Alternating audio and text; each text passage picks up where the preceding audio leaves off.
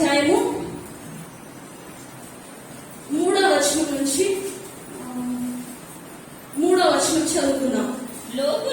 లోకులు నెమ్మదిగా ఉన్నది, భయమేమీ లేదని చెప్పుకొని చుండగా గర్భిణీ స్త్రీకి ప్రసవ వేదన వచ్చినట్లు వారికి ఆకస్మికముగా నాశనము తటస్థించింది కనుక వారెంత మాత్రమును తప్పించుకొనలేరు. చాలండి. హల్లెలూయా. అయితే ఈ వాక్య భాగాన్ని తర్వాత వివరించుకుందాం. కాసేపు పక్కన పెట్టండి. నేను కొన్ని పరిచయ వాక్యాలు చెప్తాను. ఏంటంటే ఈ లోకము ఈ రోజుల్లో మనం చూస్తే పాత రోజులు అనేది మరి పాతకాలం అంటాం, తర్వాత కొత్త రోజులు. ఈ కొత్త రోజులు ఎట్లా వచ్చాయి అంటే టెక్నాలజీ ఇంప్రూవ్ అయింది, డెవలప్మెంట్ అయింది. అంటే అన్ని రంగాల్లో ప్రపంచము బాగా అభివృద్ధి చెందింది. ఎప్పటి నుంచి అభివృద్ధి జరిగిందంటే సుమారు 1950 ఆ టైం నుంచి స్వాతంత్రం వచ్చి అప్పటి నుంచి. అయితే మొదటి అభివృద్ధి ఎప్పుడు జరిగింది అంటే మరి అంతరిక్షంలోకి అంటే ఆకాశంలోకి ఎప్పుడైతే విమానాలు కనిపెట్టబడి ఆకాశంలోకి మనుషులు వెళ్ళడం ప్రారంభించారో అప్పుడు మనుషులు ఈ భూలోకాన్ని చిన్నదిగా చేసుకున్నారు. ఎందుకు అంటే మనము ఆకాశంలోకి వెళ్ళి చూస్తే అంటే మనం ఒకవేళ విమానంలోకి వెళ్ళిన వారికి ఎలా ఉంటుందో తెలియదు, కానీ ఒక సైంటిస్ట్ చెప్పిన మాట చెప్తున్నాను. మరి అంతరిక్షంలోకి భారతదేశంలో నుండి మొట్టమొదటిగా రాకేష్ శర్మ అనే వ్యక్తి స్పేస్ లోకి వెళ్ళాడు. ఆయన మేబీ ఇందిరాగాంధీ కాలంలో వెళ్ళాడు. ఆ టైంలో ఆయన అంతరిక్షంలోకి రోదస్సులోకి వెళ్ళినప్పుడు ఆయన ఈ భూలోకాన్ని అంతటిని చూసి అప్పుడు ఇందిరాగాంధీతో వాళ్ళు కనెక్షన్ ఇచ్చుకున్నారంట. అంటే అక్కడ పరిస్థితులు ఎలా ఉన్నాయి వీళ్ళకి ఆ సమాచారం అందించుకోవడానికి. అప్పుడు చెప్పాడంట, దేవుడు చేసిన ఈ ప్రపంచము చాలా చిన్నది అని చెప్పాడంట. దేవుడు అద్భుతమైన ప్రణాళికతో చేసినప్పటికీ ఆయన చేసిన ఈ ప్రపంచము చాలా చిన్నదిగా కనిపిస్తుంది అని చెప్పాడు. అంటే ఎలాగా అంటే మీరు స్కూళ్లలో కాలేజీలో మీరు ఎప్పుడైనా చూస్తుంటే హెడ్ మాస్టర్ టేబుల్ మీద గ్లోబ్ ఉండేది, రౌండ్ గా గ్లోబ్ ఉండేది. ఆ గ్లోబ్ చూస్తే అదే ప్రపంచం అండి. ఇప్పుడు మనం ప్రపంచం చూస్తేనేమో ఇంత పెద్దదిగా ఉంటది, కానీ ఈ ప్రపంచం యొక్క షేప్ ఆకారం ఏ విధంగా ఉంటదంటే ఆ గ్లోబ్ లో ఏ విధంగా ఉంటుందో అదే విధంగా ఈ ప్రపంచం పరిస్థితి ఉంటది. అయితే మరి ఈ మానవుడికి మరి ఎప్పుడైతే ఆకాశంలోకి వెళ్ళాడో అప్పుడు ఈ ప్రపంచం చిన్నదిగా అయిపోయింది. ఏ విధంగా అయిందంటే ప్రపంచం చిన్నదిగా అయిపోయింది. ఆ తర్వాత ప్రపంచము చిన్నదిగా కనిపించేసింది. ఆ తర్వాత ఈ మారుతున్న టెక్నాలజీ అంటే ఈ యొక్క బాగా విజ్ఞానము అన్ని రకాల వస్తువులు కనిపెట్టడము ఇవన్నిటి ద్వారా ఏమైందంటే మనిషికి పని సులభం అయిపోయింది. దానివల్ల ఏం జరిగిందంటే జీవితం కూడా సులభంగా అయిపోయింది. జీవితం కూడా పనులు చకచక అయిపోతున్నాయి. ఎగ్జాంపుల్ ఏంటంటే మనకు ఇళ్ళల్లో మిక్సీలు వచ్చేసాయి కదా. మిక్సీల వల్ల ఏంటి మనకు పని చాలా సులభంగా గంటన్నర నూరవలసినవన్నీ ఇప్పుడు 5 నిమిషాల్లో టిక్కుమని తిప్పేస్తున్నాము, ఆపేస్తున్నాం. అంటే ఇవన్నీ జరగడం వల్ల మనుషుల్లో ఒక చులకన భావం ఏర్పడుతుంది. ఇవన్నీ జరగడం వల్ల ఏం జరిగింది, ఒక చులకన భావం అంటే ఒక సింప్లిసిటీ అయిపోయింది అనమాట. అంటే అన్ని చాలా సులువుగా తీసుకోవడం జరిగింది. అక్కడేమో ప్రపంచము సులభంగా అంటే చిన్నదిగా కనబడింది. ఆ తర్వాత ఈ టెక్నాలజీ వల్ల మరి పనులు చకచక అయిపోయి మరి అన్ని కూడా త్వరగా అయిపోయి మనిషికి సమయం ఎక్కువ దొరికింది, జీవితము చాలా సులభము అనేది తెలియజేస్తున్నారు. కానీ మరి అపవాది ఈ మధ్యలోనే అపవాది క్రియ జరిగిస్తూ అపవాది ఏం చేశాడంటే ప్రపంచం అభివృద్ధి చెందుతూ ఉండగా ప్రపంచాన్ని నాశనం చేసే వినాశకాలను కూడా తయారు చేస్తూ వచ్చాడండి. హల్లెలూయా. కొన్ని వినాశకాలని అంటే ఈ ప్రపంచము ఈ లోకపు మనుషులు నాశనం అయిపోవాలి అని కొంతమందిని ప్రేరేపించి అణుబాంబు అంటే ఆటం బాంబు లాంటి విష ప్రయోగాలని అంటే విష వాయువులను లేదంటే విష పదార్థాలను కనిపెట్టడం జరిగింది. వీటి వలన ఏం జరిగిందంటే ఈ ప్రపంచానికి నాశనము తెచ్చేశారు. ఏం తెచ్చారు? ప్రపంచానికి నాశనాన్ని. అంటే సాతానుడి ఆలోచన ద్వారా వాటిని వినాశకాలుగా అంటే ప్రపంచాన్ని నాశనం చేసేదిగా వాటిని ఉపయోగించాలి అనే తలంపునిచ్చాడు. అయితే ఇది నేను ధ్యానిస్తుండగా నాకు ఒకటి గుర్తొచ్చింది. ఏంటంటే రోబో సినిమా. మరి మేము సినిమా చూస్తున్నాం అంటే చూడలే, కానీ నా ఇంటర్మీడియట్ లో ఆ సినిమా వచ్చినప్పుడు మా కాలేజ్ నుంచి ఆ సినిమా చూడ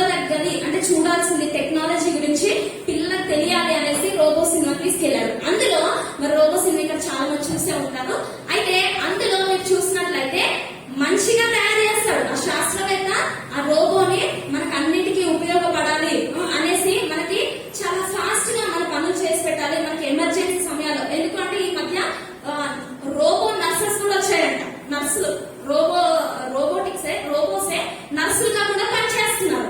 అయితే ఈ విధంగా మరి రోబోలని మంచి ఉద్దేశంతో ఒక సినిమాలో కనిపెట్టారు. అది నిజమే అండి. ఆ సినిమా మరి ఏదో పిచ్చి ప్రేమలని లేకపోతే వేషాలు నటనలతో కూడింది కాదు, కానీ అది కొంతవరకు వాస్తవమైంది. అయితే అక్కడ ఆ ఉద్దేశం ఏంటి? ఆ శాస్త్రవేత్త ఆ రోబో మనకు ఉపయోగపడాలి, మనకు పని చేసి పెట్టాలి, దాన్ని మనము వాడుకోవాలి అన్న రీతిగా దాన్ని తయారు చేశాడు. దేనికి? ఒక మంచి ఉద్దేశంతో మంచిగా పనులు చేసి పెట్టాలని. కానీ ఆ మూవీ మరి చివరిలో ఏమవుతుంది? ఆ రోబోకి ఇంకొక విలన్ లాంటి వాడు వచ్చి ఇంకొక బ్యాటరీ వేయడము, ఆ తర్వాత అది మొత్తము ఈ సైంటిస్ట్ చెప్పిన దానికి రివర్స్ గా చేసి మరి మనుషులను ఈ ప్రపంచాన్ని నాశనం చేయడానికి పూనుకుంటుంది. ఇదే సేమ్ సిచ్యువేషన్ మరి దేవుడు శాంతిని స్థాపించడానికి వస్తే సాతానుడు ఈ శాంతిని సమాధానాన్ని పోగొట్టి వినాశనాన్ని నాశనాన్ని సృష్టించడానికే వచ్చాడండి. హల్లెలూయా. కాబట్టి ఈ లోకంలో ఉంటున్న మనము ఈ లోకం చాలా సులభంగా ఉంది, మన పనులు చక్కగా అయిపోతున్నాయి అనేసి మనము వీటిని సింపుల్ గా తీసుకోవడానికి అసలు అసాధ్యం అండి. ఆ విధంగా మనము తీసుకోవద్దు, కానీ ప్రతి విషయంలో మనము జ్ఞానం కలిగి జీవించాలి. ఎందుకంటే ఈ లోకము పాడైపోయింది. లోకంలో ఉన్న వాళ్ళు ఇదిగో వాక్యంలో ఉన్న విధంగా ఈ విధంగా అనుకుంటున్నారు. ఇప్పుడు చూద్దాం. మొదటి టెస్సలోనిక 5వ అధ్యాయం 1వ వచనంలో ఏముందండి? సహోదరులారా, సారీ అండి, 5వ అధ్యాయం 3వ వచనమే చదవండి. లోకులు నెమ్మదిగా ఉన్నది, భయమేమీ లేదని చెప్పుకొనిచుండగా గర్భిణీ స్త్రీకి ప్రసవ వేదన వచ్చినట్లు వారికి ఆకస్మికంగా నాశనము తటాస్తించును గనుక వారెంత మాత్రము తప్పించుకొనలేరు. హల్లెలూయా. అక్కడ చెప్పాల్సిన విషయం ఏంటంటే దేవుడు రాకడకు చాలా సమీపంగా ఉన్నాము. టెక్నాలజీ వాడుతూ విమానంలో ప్రయాణం చేస్తున్నాం కదా, మాకేం తక్కువ, మాకు ఇన్ని వస్తువులు ఉన్నాయి, మాకు ఇంత డబ్బు ఉంది, మాకు ఇవన్నీ ఉన్నాయి, మేము వీటితో కాలం గడుపుతాము అనేసి మీరు కనుక లోకంలో జీవించినట్లయితే ఈ లోకస్తుల ఆలోచన ఎలా ఉంది అంటే దేవుడు నెరవేర్చిన బిడ్డల ఆలోచన ఎలా ఉందంటే అంత బాగుంది, అన్ని గ్యాడ్జెట్స్ ఉన్నాయి, అంతా ఇన్స్ట్రుమెంటల్ ఎక్విప్మెంటల్ గా మనం ఉన్నాము, మనకేమి ఇబ్బంది లేదు, కాబట్టి మనము తిని త్రాగి సుఖించుదాము అని అనుకుంటూ ఉన్నారు. కానీ ఈ లోకం ఎప్పటికైనా మరి సాతానుడి చేతిలో ఉంది, ఇది నాశనం అవ్వబోతుంది. అయితే ఈ నశించిపోయిన ఈ లోకం నుంచి ఒకవేళ ఈ లోకంలోనే నువ్వు ఉంటే ఇక్కడ నుంచి సాతానుడు నిన్ను నేరుగా మరలా నరకంలోకి తీసుకెళ్లాలని నీ విషయంలో ఒక ఆలోచన కలిగి ఉన్నాడు. కానీ దేవుడు ఏమంటున్నాడంటే ఈ లోకంలో పడి తాగి తిని సుఖిస్తూ తిరగకండి, కానీ ఈ లోకస్తుల వల్ల మీరు జీవించకండి. ఈ లోకస్తులు ఏమనుకుంటున్నారంటే నెమ్మదిగా ఉంది, భయమేమీ లేదని చెప్పుకుంటున్నారు. కానీ అకస్మాత్తుగా అంటే ఎంత అకస్మాత్తుగా అంటే ఒక గర్భిణీ స్త్రీకి పురిటి నొప్పులు ఏ విధంగా సడన్ గా వస్తాయో ఆ విధముగా ఈ లోకం పైకి నాశనము వస్తుంది, ఆకస్మికంగా నాశనము తటాస్తించుతుంది. కాబట్టి ఈ లోకంలో ఉన్నవారు తప్పించుకోలేరు, వారందరూ నాశనం అయిపోతారు. కానీ దేవుని బిడ్డలుగా మీరు ఈ పరిస్థితులన్నీ యోచించి నా రాకడ కొరకు సిద్ధపడి ఉండు అని చెప్తున్నాడండి. హల్లెలూయా. నిజంగా ఈ రోజు లోకంలో ఉన్న వాటితో సంతోషిస్తూ మనము దేవుణ్ణి అనేక సార్లు మర్చిపోతూ ఉన్నాం. మనందరికీ హెచ్చరికగా మరి దేవుడి వాక్యం ఏం సెలవిస్తుందంటే ఇదిగో లోకంలో మీరు అనుకున్న విధంగా వీటన్నిటి ద్వారా మీకు శాంతి సమాధానము నెమ్మది కలుగదు. ఇక్కడ ఏముందంటే లోకస్తులకు నెమ్మదిగా ఉంది అనుకుంటున్నారు, కానీ ఈ లోకంలో నెమ్మది లేదు. నిజంగా మన జీవితాల్లో మరి మనం ఆలోచించినట్లయితే అన్ని పరిస్థితులు బాగున్నా ఎక్కడో ఒక లోటు కనిపిస్తుంది కదండి. అంటే ఇది నిజమైన నెమ్మది కాదు. దేవుడి దగ్గరే మనకు నెమ్మది, శాంతి, సమాధానము కలుగుతుందండి. అయితే మరి ఇందాక నేను చెప్పినట్టుగా లోకం అంతా నశించిపోతుంది. అందుకే చాలా ప్రపంచ దేశాలు కూడా మూడో ప్రపంచ యుద్ధము జరగబోతుంది. చరిత్రలో ఇంతకు ముందు మొదటి ప్రపంచ యుద్ధం, రెండో ప్రపంచ యుద్ధం రెండు జరిగిపోయాయి.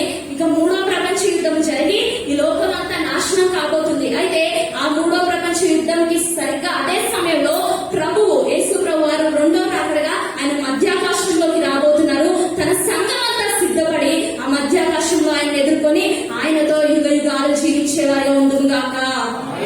హల్లెలూయా. కాబట్టి లోకంలో ఉన్న వాటిని బట్టి మనము అతిశయించదు. ఎందుకంటే ఇప్పుడు టెక్నాలజీ మారిందండి. నిజంగా ఆ టెక్నాలజీ గురించి ఆలోచిస్తుంటే అన్నయ్యకి యాక్సిడెంట్ అయిన సమయంలో నిజంగా మేము పరిచిన మనోవేదనలో ఏం గుర్తొచ్చిందంటే అసలు ఈ బండ్లు ఎందుకు ఉన్నాయి, ఈ యాక్సిడెంట్ ఎందుకు అవుతాయి. ఎందుకంటే మీరు ఆలోచించండి, ఆ రోజుల్లో ఎడ్ల బండి గుర్రపు స్వారీ చేసినప్పుడు యాక్సిడెంట్లు ఉండేవా? ఏమీ లేవు. కానీ టెక్నాలజీ ఎంత ఉపయోగమో డేంజరస్ గా కూడా మారుతుంది. అంటే ఇన్ని ప్రమాదాలు సంభవిస్తున్నాయి. మిక్సీ తిప్పుతున్నాము, ఏ సమయంలో ఏ కరెంట్ షాక్ తగ్గుతుందో. నేను ఇందాక చెప్పినట్టు మీటర్ వాడుతున్నాము, ఏ సమయంలో షాక్ కొట్టి ఏమైపోతామో తెలియదు. కాబట్టి లోకంలో ఉన్న వాటిని బట్టి మనము అతిశయించడానికి వీలు లేదు. లోకంలో కలిసి సుఖ సంతోషాలతో జీవించడానికి కూడా వీలు లేదు. హల్లెలూయా. ఎందుకంటే ఈ లోకంలో మనం ఎప్పటికైనా చిరకాలం ఉండేవారం కూడా కాదు అనే విషయాన్ని జ్ఞాపకం చేసుకోవాల్సిందిగా మనం చేస్తుంది. హల్లెలూయా. కాబట్టి లోకపు పోకడలను అనుసరించకండి. ఏం చేయొద్దండి? లోకపు పోకడలని అనుసరించొద్దు. ఎందుకంటే ఒక మాట ఉండగా, లోకం మాయరా.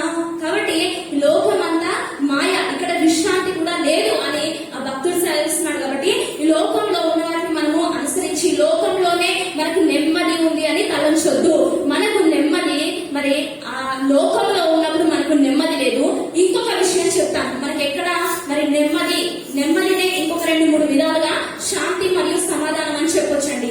లోకం మనకు శాంతిని, సమాధానాన్ని, నెమ్మదిని ఇవ్వలేదు. రెండవదిగా ఇంకేంటి మనకు నెమ్మది లేకుండా చేసేది, ఇంకేంటి మన జీవితంలో శాంతి సమాధానం లేకుండా చేసేది అని మనం ఆలోచిస్తే యెషయా గ్రంథము 57వ అధ్యాయము 21వ వచనం చదువుకుందాము. ప్రతి ఒక్కరు యెషయా గ్రంథము 57వ అధ్యాయము 21వ వచనం.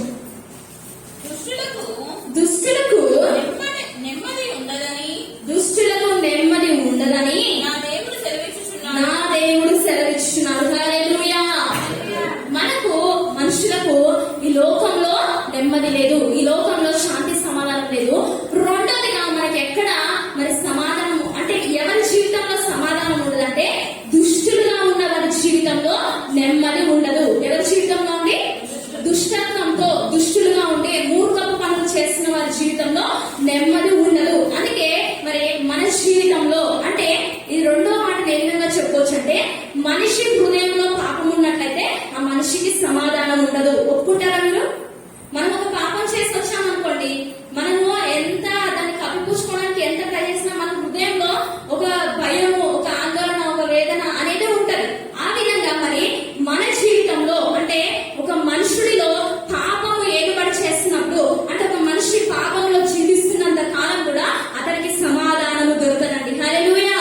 అయితే ఈ లోకంలో మనుషులు ఏ విధంగా అయిపోయారంటే మరి వాళ్ళు పాపంలో జీవిస్తూ కూడా ఆ సమాధానాన్ని వెతుకుతున్నారు. ఆ సమాధానం కోసము కొంతమంది ఏం చేస్తున్నారంటే గుడులకి వెళ్తున్నారు. అంటే మనశ్శాంతి కోసం వెళ్ళామండి అని చెప్తారు కదా, ఆ ప్రశాంతత కోసం, మనశ్శాంతి కోసము మరి వారి హృదయంలో పాపం ఉంచుకొని వారు ఎక్కడికి వెళ్తున్నారు? గుడులకి వెళ్తారు. కొంతమంది ఏమో మత్తు అంటే మందు తీసుకుంటారు. ఏంటి? ఇవన్నీ మర్చిపోతామని చేసేదంతా చేసి ఆ తర్వాత మత్తు ఏదో తీసుకుంటే అది ఎంతవరకు ఉంటది?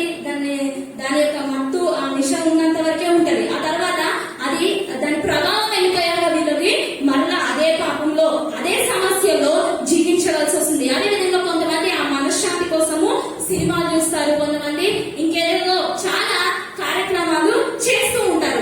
ఇంకా కొంతమంది ఈ లోకంలో అంటే ఏం చేస్తారంటే మాకు ఇక్కడ మా కుటుంబంలో మాకు సమాధానం లేదు అనేసి సన్యాసులు అయిపోతారు. ఆ సన్యాసులో కూడా సమాధానం దొరకదు. వాళ్ళు కొండలు, గుట్టలు, అడుగు పట్టుకుని తిరగాల్సిందే కానీ వాళ్ళకి నిజంగా సమాధానం అనేది దొరకట్లేదు. అయితే మరి నిజంగా సమాధానం ఎక్కడుంది?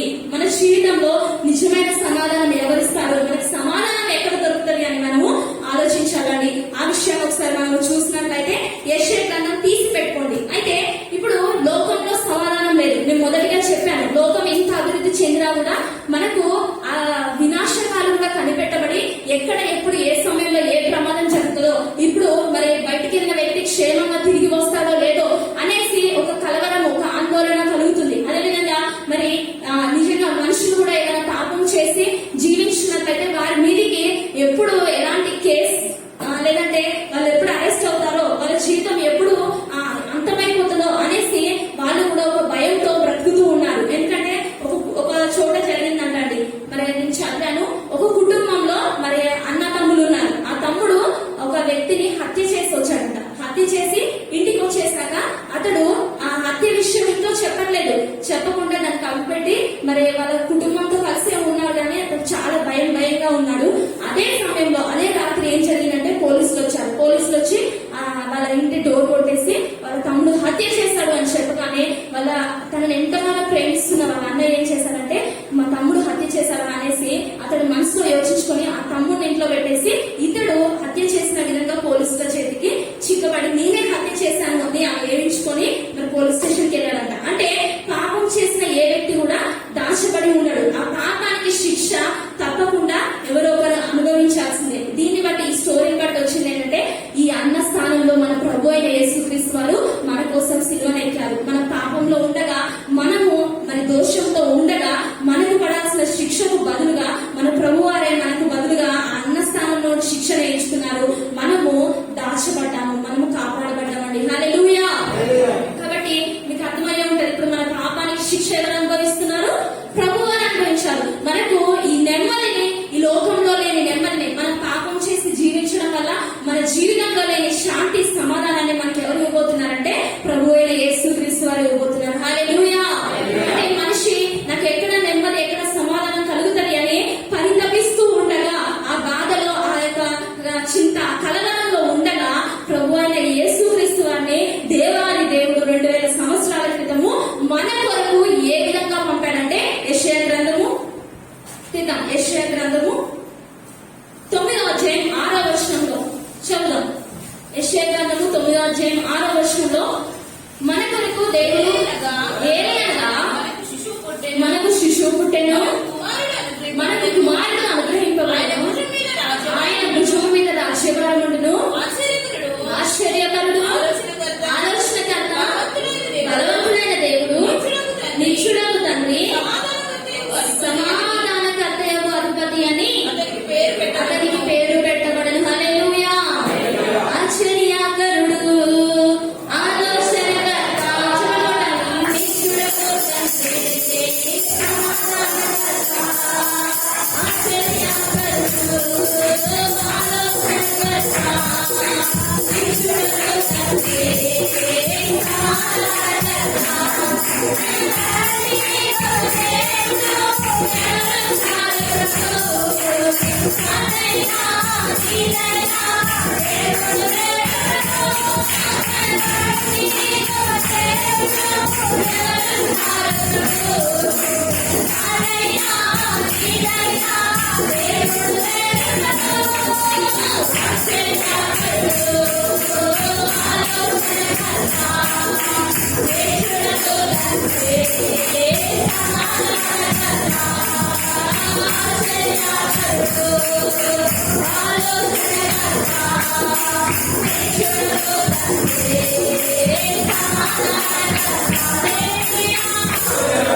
మనము మన జీవితంలో ఈ నెమ్మది లేక కలవరము, చింత, ఆందోళనతో ఉన్న మన మధ్యకి దేవాది దేవుడు యేసుక్రీస్తు అనే నామధేయుడిగా సమాధానకర్తను మన ఎదురు పంపాడండి. చెప్పలు కూడా దేవుడు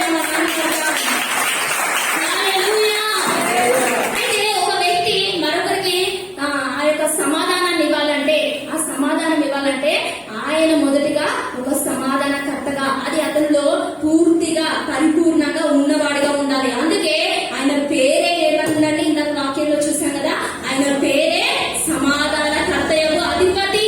ఓన్లీ సమాధానకర్త కాదండి, దానికి అధిపతిగా ఉండి తన యొద్దకు వచ్చి వారందరికీ కూడా నెమ్మదిని, సమాధానము, శాంతిని కలుగజేసిన దేవుడుగా ఉన్నాడు. హల్లెలూయా.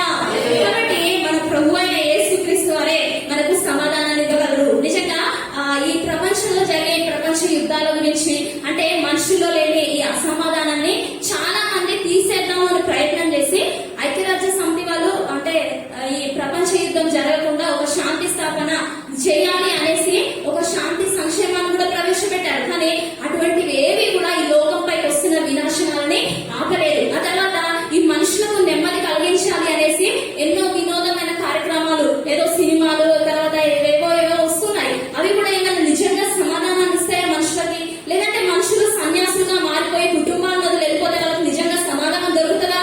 దొరకదు. కానీ మనుషులందరికీ సమాధానం దొరికేది ఎక్కడంటే ప్రభు అయిన యేసుక్రీస్తు యొద్దకు వచ్చినప్పుడు మాత్రమే. హల్లెలూయా.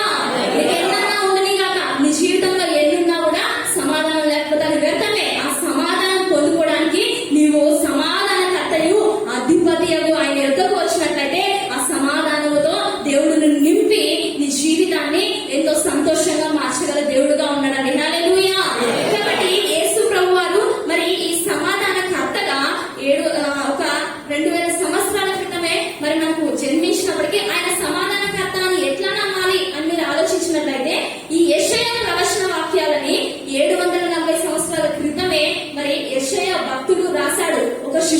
అవుతాడు?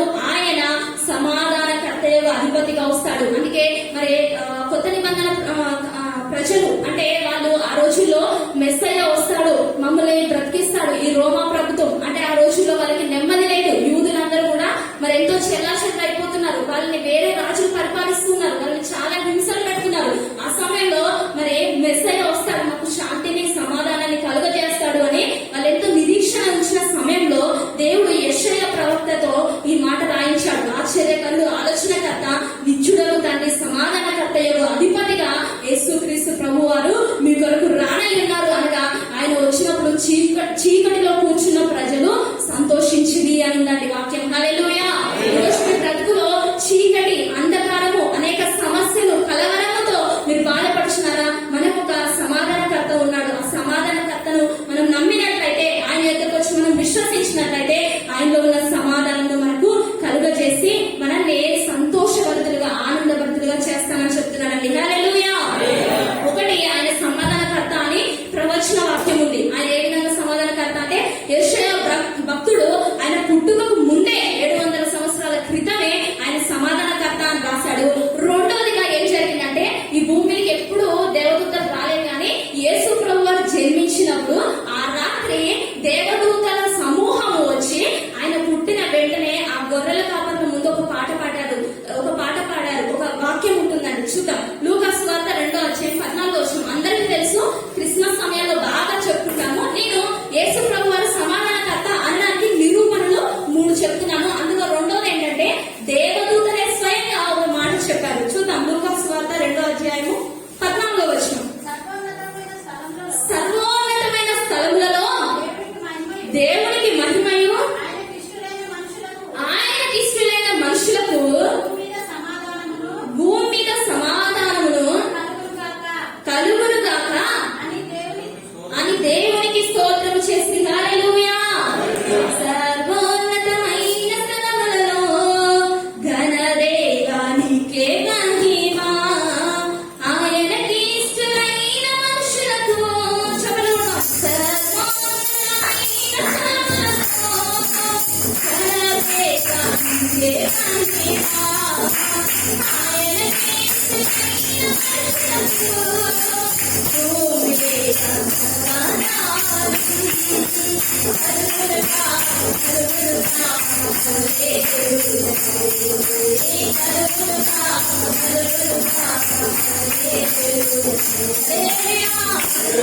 రెండోదిగా ఏంటంటే ఆయన సమాధానకర్త అని ప్రవచన వాక్యం ఉంది. రెండోదిగా దేవదూతలు స్వయంగా వచ్చి ఈ భూమి మీద ఆయన సమాధానాన్ని ఇవ్వడానికి వచ్చాడు. అయితే ఆ సమాధానం పొందుకునే వారు ఎవరంటే ఆయనకి ఇష్టలుగా జీవించిన ప్రతి ఒక్కరి జీవితంలో ఆయన సమాధానకర్తగా మారబోచున్నాడు. హల్లెలూయా. నిజంగా జీవితంలో ఉన్న పాపాన్ని ఈ రోజు విడిచిపెట్టు. మనుషుల్లో మరి సమాధానం ఎప్పుడు ఉండదండి?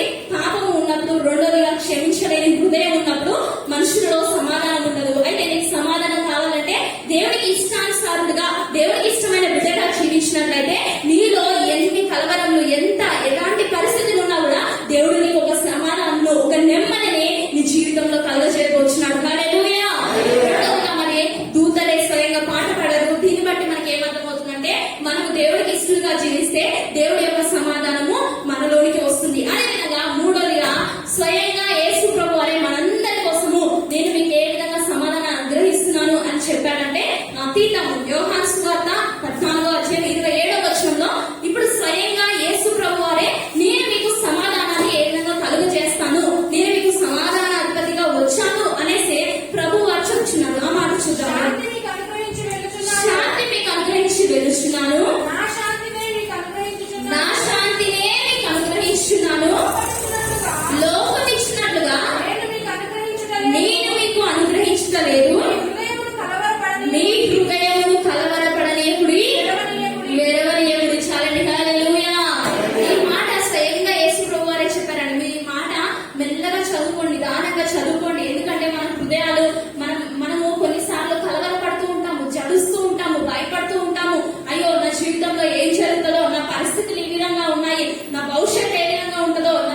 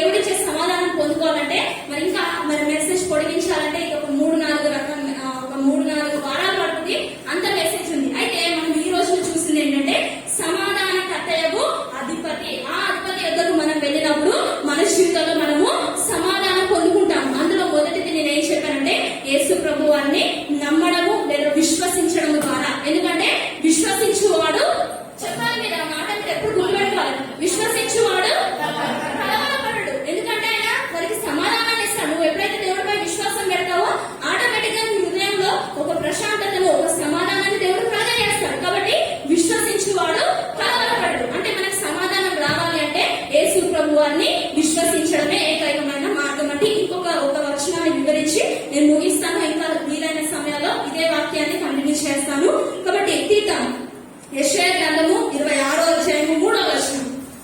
తీద్దాం. లోకంలో మనకు సమాధానం దొరకదు, ఎంత లోకం అభివృద్ధి చెందినా అది దొరకదు అనే విషయాన్ని గమనించాము. ఇంకొకటి బాగా గుర్తుపెట్టుకోవాల్సింది, మన హృదయంలో పాపం ఉంటే సమాధానం దొరకదు. అయితే అందరూ పాపం చేస్తే దేవుడు మహిమను పొందలేకపోతున్నాం కాబట్టి మన పాపాన్ని దేవుడి యొక్క ఒప్పుకున్నప్పుడు మనకు సమాధానం దొరుకుతుంది. మూడోదిగా యేసు ప్రభు వారు సమాధానకర్తయగు అధిపతి అని విశ్వసించిన వాడు కలవరపడక ఆ సమాధానాన్ని పొందుకుంటారు అని చెప్పాను. కాబట్టి ఒక వచనాన్ని చూద్దాము. యెషయా గ్రంథం 26వ అధ్యాయం 3వ వచనం. ఎవరి మనసు నీ మీద ఆనుకొనునో వానిని నీవు పూర్ణ శాంతి గలవానిగా కాపాడుదువు. ఏలయనగా అతడు నీ యందు విశ్వాసముంచి ఉన్నాడు. యెహోవాయే నిత్యాశ్రయ దుర్గమనియు యుగ యుగములకు యెహోవాను నమ్ముకొనుడి. హల్లెలూయా. చప్పట్లు కొట్టి దేవుని నామమును మహిమపరచుదాం. ఇదే వాక్యం నేను వివరిస్తాను చూడండి. ఎవరి మనస్సు, అక్కడ వాక్యం చూస్తూ ఉండండి మీరందరూ, ఎవరి మనస్సు సమాధానకర్త మీద ఆనుకొనునో వారిని ఆ సమాధానకర్త అంటే యేసు ప్రభు వారు పూర్ణ శాంతి గలవానిగా కాపాడుతాడు. ఎందుకు అంటే ఆ సమాధానకర్త యందు అతడు విశ్వాసం ఉంచి ఉన్నాడు. ఏమని విశ్వాసం ఉంచాడు? నీవు మాత్రమే సమాధానకర్తవు. నా జీవితంలో ఎంతటి పరిస్థితులు వచ్చినా, ఎంతటి అవమానాలు ఎదురైనా, నేనెంత నష్టపోయినా కూడా, నేనెంతగా మనుషుల చేత బాధింపబడినా కూడా మరలా సమాధానాన్ని, శాంతిని, మనశ్శాంతిని నీవు మాత్రమే కలుగజేయువాడు అని పూర్తిగా దేవుడిపై ఆధారపడతాడండి. హల్లెలూయా. కాబట్టి మనం చేయాల్సింది ఏంటంటే దేవుని మీద మన మనస్సును ఆనించాలి. ఏమంటుంది అక్కడ? ఎవరి మనస్సు నీ మీద ఆనుకొనును అంటే ఇప్పుడు మనం దేవుడి మీద ఆనుకునే వారిగా ఉండాలి. దేవుడిపై ప్రతి విషయంలో ఆధారపడేవారిగా ఉండాలి. మనుషులపై ఆధారపడితే కొద్ది కాలమే, లేదా మన డబ్బు మీద మనకున్న వాటి మీద ఆధారపడితే అవి తరిగిపోతాయి. అప్పుడు మళ్ళీ ఎక్కడికి వెళ్ళిపోతాము? మళ్ళీ అప్పులు పాలైపోతాం. కాబట్టి మన మీద లేదంటే మనుషుల మీద మనం ఆధారపడకుండా మనం ఎవరి మీద ఆధారపడాలి? మనకు ఒక సమాధానకర్త ఉన్నాడు. ఆ సమాధానకర్త మీద మనము ఆనుకొనినప్పుడు, ఆయనపై ఆధారపడినప్పుడు ఆయన మనల్ని పూర్ణ శాంతి గలవారిగా కాపాడుతాడు. దేవుడు మనకు మనశ్శాంతిని, ప్రశాంతతను, మనకి ఎల్లప్పుడూ సంతోషించే ఒక హృదయాన్ని దేవుడు మన జీవితంలో కలుగజేస్తా అంటున్నాడు. అదేవిధంగా కింద వచనం ఏముందంటే ఒకసారి చదవండి, మరొకసారి చదివి ముగించుకుందాము. యెహోవాయే నిత్యాశ్రయ దుర్గము యుగ యుగములు యెహోవాను నమ్ముకొనుడి. ఆమేన్. హల్లెలూయా. మనం చేయాల్సింది ఏంటంటే మన దేవుడే నిత్యాశ్రయమైన దుర్గము, మనకు ఆశ్రయ దుర్గము ఆయనే. మనకు ఏదైనా సమస్యలు వచ్చినప్పుడు మన బంధువులు గాని, మనకు తెలిసిన వాళ్ళు మనల్ని ఎక్కువ రోజులు పెట్టుకోరండి. 1-2 రోజులే మనకు ఆశ్రయం ఇస్తారు. మరి మొత్తం సంవత్సరాలు ఉంటామంటే ఎవరు ఒప్పుకోరు. మరి ఎవరి జీవితంలో అయినా అనుభవాలు ఉన్నాయేమో. మరి కాబట్టి దేవుడు మాత్రము నిత్యాశ్రయ దుర్గంగా ఉంటాడు. అంటే నిత్యము నీవు ఆయన యొద్ద ఉండొచ్చు. ఆయన దగ్గర నీకు ఆశ్రయం ఉంది. ఆయన ఎప్పుడు నీ కొరకు వేచి చూస్తూ ఉన్నాడు. అందుకే ఇక్కడే కాదు, పరలోకంలో కూడా మీ కొరకు స్థలము సిద్ధపరచ వెళ్ళుచున్నాను. అక్కడ మీకు గృహాలు కట్టుచున్నాను. మీకోసము ఇదిగో నేను మంచి గృహాలు సిద్ధపరిచి అందులో మీరు నాతో, నేను మీతో కూడా నివాసము చేయబోచున్నాను. అక్కడ ఏ కన్నీరు కలత ఉండదు. ప్రతి ఒక్కరి బాష్పవిల్లును నేను తుడిచివేయబోచున్నాను అంటున్నాడండి. హల్లెలూయా. కాబట్టి మన నిత్యాశ్రయ దుర్గమైన మన ప్రభువుని మనం నమ్ముకునే వారిగా ఉండాలి. యుగ యుగములు అందుకే యెహోవాను నమ్ముకొనుడి. ఆయన మాత్రమే సమాధానకర్త. నీ జీవితంలో ఎటువంటి సమస్యలున్నా ఆయన ఈ రోజునే నీకు సమాధానం దయచేయబోచున్నాడు. అయితే నువ్వు చేయాల్సిన పని ఏంటంటే విశ్వసించు, ప్రభువును మాత్రమే విశ్వసించు. యుగ యుగములు యెహోవాను నమ్ముకొనుడి. ఆ సమాధానము మనందరి జీవితంలోకి రాబోతుంది. అటువంటి సమాధానాన్ని దేవుడు మనందరికి దయచేయుగాక. ప్రతి ఒక్కరు కళ్ళు మూసుకున్నట్లయితే ప్రార్థన చేసుకున్నాము. ఆ సమాధానకర్త అధిపతిని వేడుకున్నాము. దేవ, నా జీవితంలో ఈ సమస్య ఉంది. ఇప్పుడు మీరందరూ ప్రార్థన చేయాల్సింది ఏంటంటే, ప్రభు ఇదిగో ఈ సమస్యని బట్టి తండ్రి, ఇదిగో ప్రభు నేను కలవరపడుచున్నాను, నేను ఆందోళన పడుచున్నాను ప్రభు. ఇదిగో వివాహమా, మరి ఉద్యోగమా, లేదంటే సంతానమేమి, ఏ విషయం ఆయన దేవుడిపై ఆధారపడి దేవ ఇదిగో నా హృదయం కలవరపడుచున్నది, నేను దిగులు పడుచున్నాను, నేను ఎంతో జడుస్తున్నాను ప్రభు. ఇదిగో దాన్ని నాకు ప్రభు సమాధానం దయచేయండి తండ్రి. ఇదిగో నీపై ఆశ్రయం ప్రభు నీపై ఆధారపడ్డ బిడ్డలు ఆయన ప్రతి ఒక్కరు ప్రార్థన చేద్దాం. మీకున్న ప్రతి పరిస్థితి దేవుడితో ఒప్పుకోండి. దేవుడితో ఒప్పుకొని దేవా నా హృదయంలో సమాధానం, ఇదిగో ప్రభా నా జీవితంలో జరగవలసిన మేలులు ప్రభా ఆ యొక్క కార్యాలు మీ చిత్తానుసారంగా మీ చిత్తం ఉన్న సమయంలో మీరు జరిగించండి ప్రభు అని ప్రతి ఒక్కరు ప్రార్థన చేద్దాం. విన్న వాక్యాన్ని ధ్యానిస్తూ ఎవరైనా ఒకరు ప్రేరేపించబడిన వారు ఎవరైనా ఒకరు ప్రార్థన చేద్దాం. మహాగరుడా, మహోన్నతుడా, సర్వాధికారికి వందనాలు, స్తుతులు, స్తోత్రాలు చెల్లిస్తున్నాం రాజా. తండ్రి ఇదిగో తండ్రి నాయన ప్రభా నీ విశ్రాంతి దినమున తండ్రి నాయన అయ్యా నీ సన్నిధికి తండ్రి మమ్మల్ని తండ్రి నాయన అయ్యా చిన్నగా కూడుకొని వచ్చినందుకు వందనాలు, స్తుతులు, స్తోత్రాలు చెల్లిస్తున్నాము తండ్రి నాయన. అవును దేవా, అయ్యా తండ్రి నాయన మా రక్షణకర్తవు నీవు తండ్రి నాయన. అయ్యా మేము నమ్ముకొనదగిన తండ్రి అయ్యా యెహోవావు నీవు తండ్రి, నీకు స్తోత్రము తండ్రి నాయన ప్రభువా. అయ్యా తండ్రి మాకు నెమ్మదిని కలిగించువాడవు నీవు తండ్రి నాయన ప్రభువా. ఆశ్చర్యకరుడవు నీవు తండ్రి నాయన. అయ్యా నిత్యుడవు స్తోత్రములు చెల్లించుచున్నావు తండ్రి. అయ్యా ఇదిగో ఎన్ని స్థుతులు నీకు చెల్లించినా కూడా తండ్రి నాయన అవి తక్కువగానే ఉన్నాయి తండ్రి నాయన ప్రభువా.